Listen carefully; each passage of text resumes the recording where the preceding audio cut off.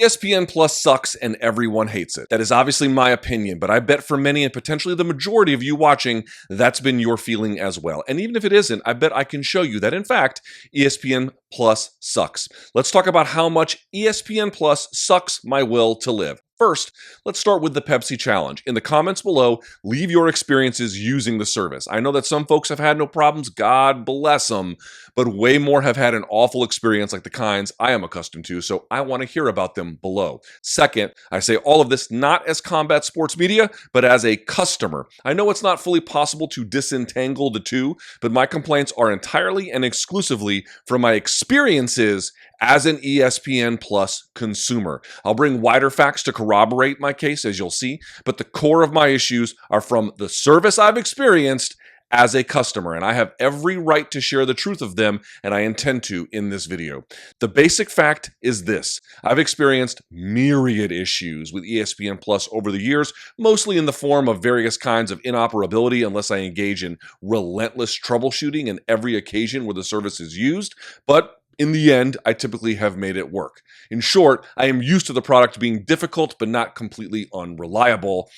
That has all changed now. With UFC 301 on May 4th, the problem reached a breaking point. I couldn't watch at all. I paid for the pay-per-view, tried every possible troubleshooting angle I could access, later reached out to customer service on multiple platforms, and literally nothing helped. As I speak to you right now, I still haven't watched UFC 301 on ESPN Plus.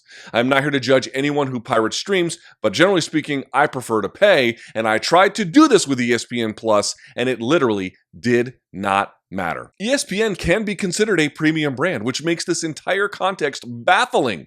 I like a lot of ESPN produced shows. I like their sports content. I have friends who work there and they do a great job. ESPN is supposed to be the worldwide leader in sports. That's what they call themselves. So how is it possible a premium brand like ESPN can be responsible for the worst product in all of sports streaming? And how can this same company also have a product this notoriously bad while also having completely ineffective customer support? I'm going to make an argument about ESPN Plus, and then I'll do my best to justify it with evidence, but it goes something like this. ESPN or Disney simply don't care if ESPN Plus is bad. Either it's a sunk cost and they don't want to bother updating it, or they think because they're the rights holders, consumers have no choice, or maybe they believe one of the new bundles that they're going to be a part of will bail them out. I don't know. I cannot speak to their motivations.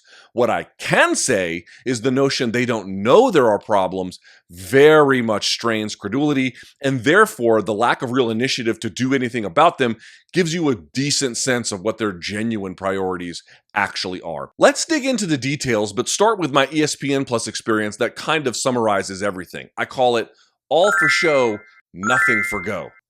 After tagging them on Twitter for their multiple failures, the ESPN Plus help account finally responded and then asked me to DM them so they could offer help. I wrote to them this, politely and professionally, and thanked them for reaching out. So you might ask, how did they respond? They didn't. As of the time of this publication, they still haven't. They publicly told me that they'd help me, and then they privately did nothing. Ladies and gentlemen, that is the ESPN Plus experience. It looks like something, but jump through a few hoops and you'll just discover it's really a lot of nothing. ESPN Plus is hemorrhaging money. At scale, that means the service lost $65 million this quarter alone. Reports indicate the average monthly revenue per ESPN Plus user has decreased from $5.64 to $5.45. They have approximately 25 million subscribers, but like many other streaming services, it has not been able to capture the scale necessary through churn to make money. And in fact, despite 4 years of continuous subscriber growth, ESPN Plus subs recently dropped for the second straight quarter and then the third time in 4 quarters. Disney, who owns ESPN, reported they were only $18 million shy of streaming profitability, but it's also only ESPN Plus that is causing them problems. Together, Hulu and Disney Plus made $47 million this past quarter. It's ESPN Plus's losses that set the entire thing back. But we don't have to focus just on the balance sheets. There's consumer data to indicate why ESPN Plus sucks so much.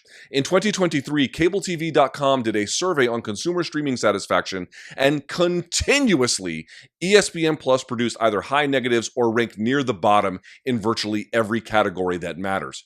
Respondents noted ESPN Plus did not meet expectations, found it one of the most difficult to even basically use, noted it was one of the least enjoyable experiences, and also voted, along with the then HBO Max app, as one of the least reliable streaming services.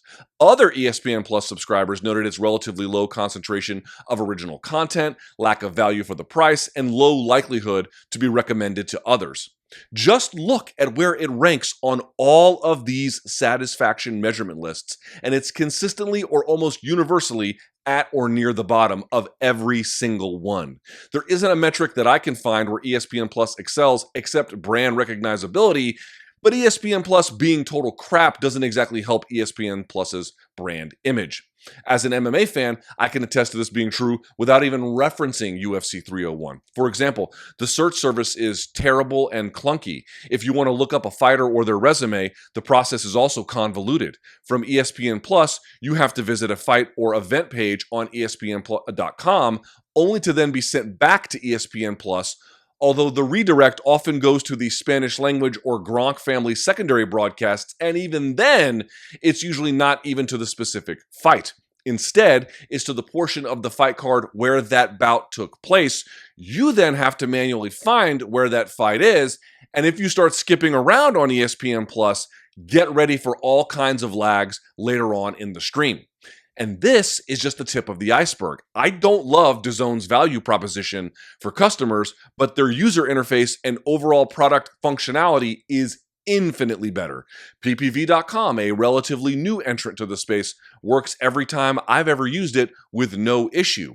The basic truth appears to be it is totally implausible a company this well capitalized, with other streaming services performing well in the same parent company, isn't aware of the disparity between them and the shit show that is ESPN Plus. You can see it in surveys, balance sheets, and as it turns out, from the pain and frustration of customers desperately trying to make a broken product work.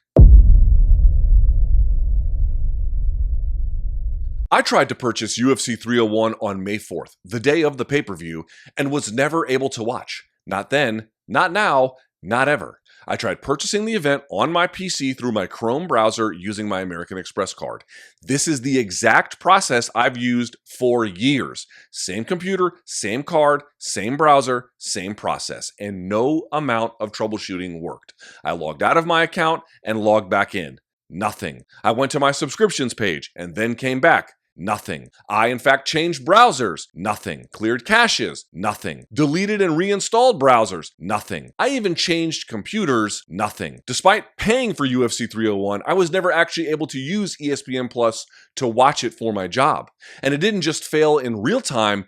The UFC 301 broadcast never worked, not one time since that date.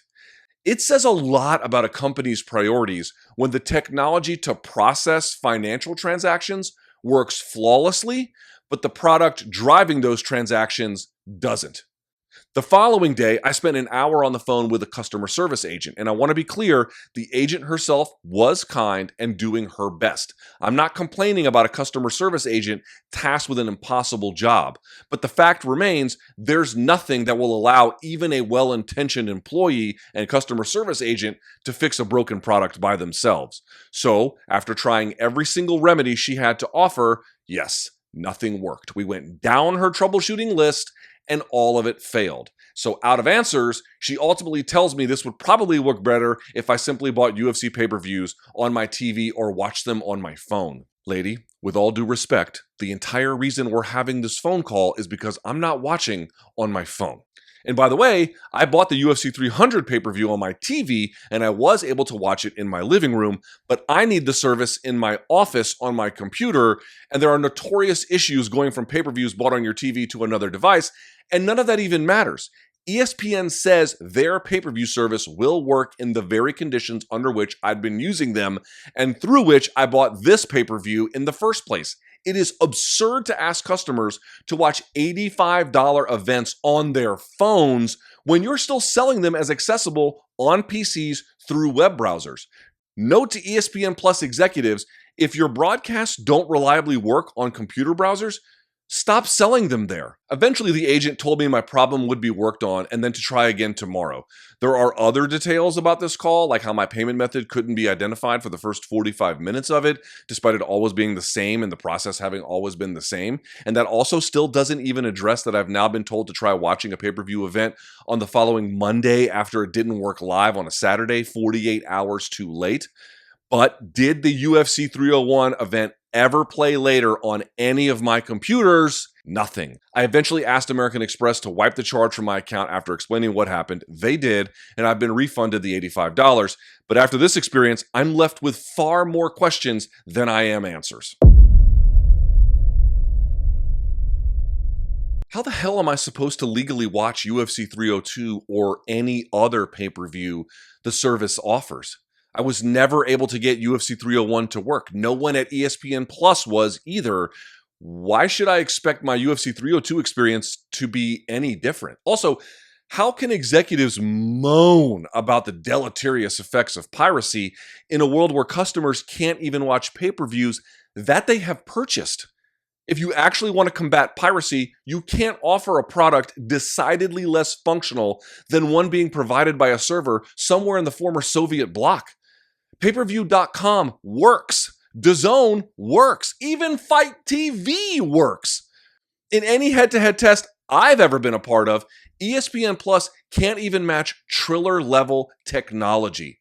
And if all of that isn't bad enough, ESPN Plus can't even be bothered to create a functioning customer service backend that repairs the innumerable bad experiences it is responsible for creating. So while I cannot mind read about the executives in charge of ESPN Plus, it is hard to imagine how anyone can look at the anecdotal evidence or larger and more substantive data about consumer sentiment and think the folks in charge care deeply about getting any of this right.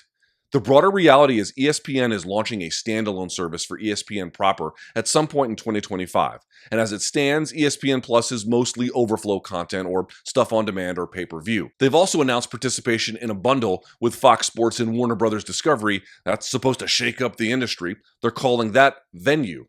I can only guess, but maybe the reason those in charge of ESPN Plus seem to care so little is they believe, I don't know, Disney or Hulu will bail them out, or ESPN standalone services will take over all of their streaming needs, or they'll sunset the service eventually, or they'll make enough on this Fox and Warner Brothers bundle to not even care. Maybe they also know, as the rights holders, UFC customers don't have any other legal choice, so we're just expected to deal with it?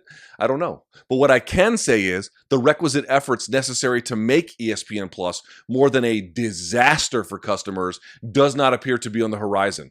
From every indication that I have seen, ESPN Plus has sucked, will continue to suck going forward, and nothing observable from my vantage point is being done to address it. I've seen calls to blame UFC, but what can they do?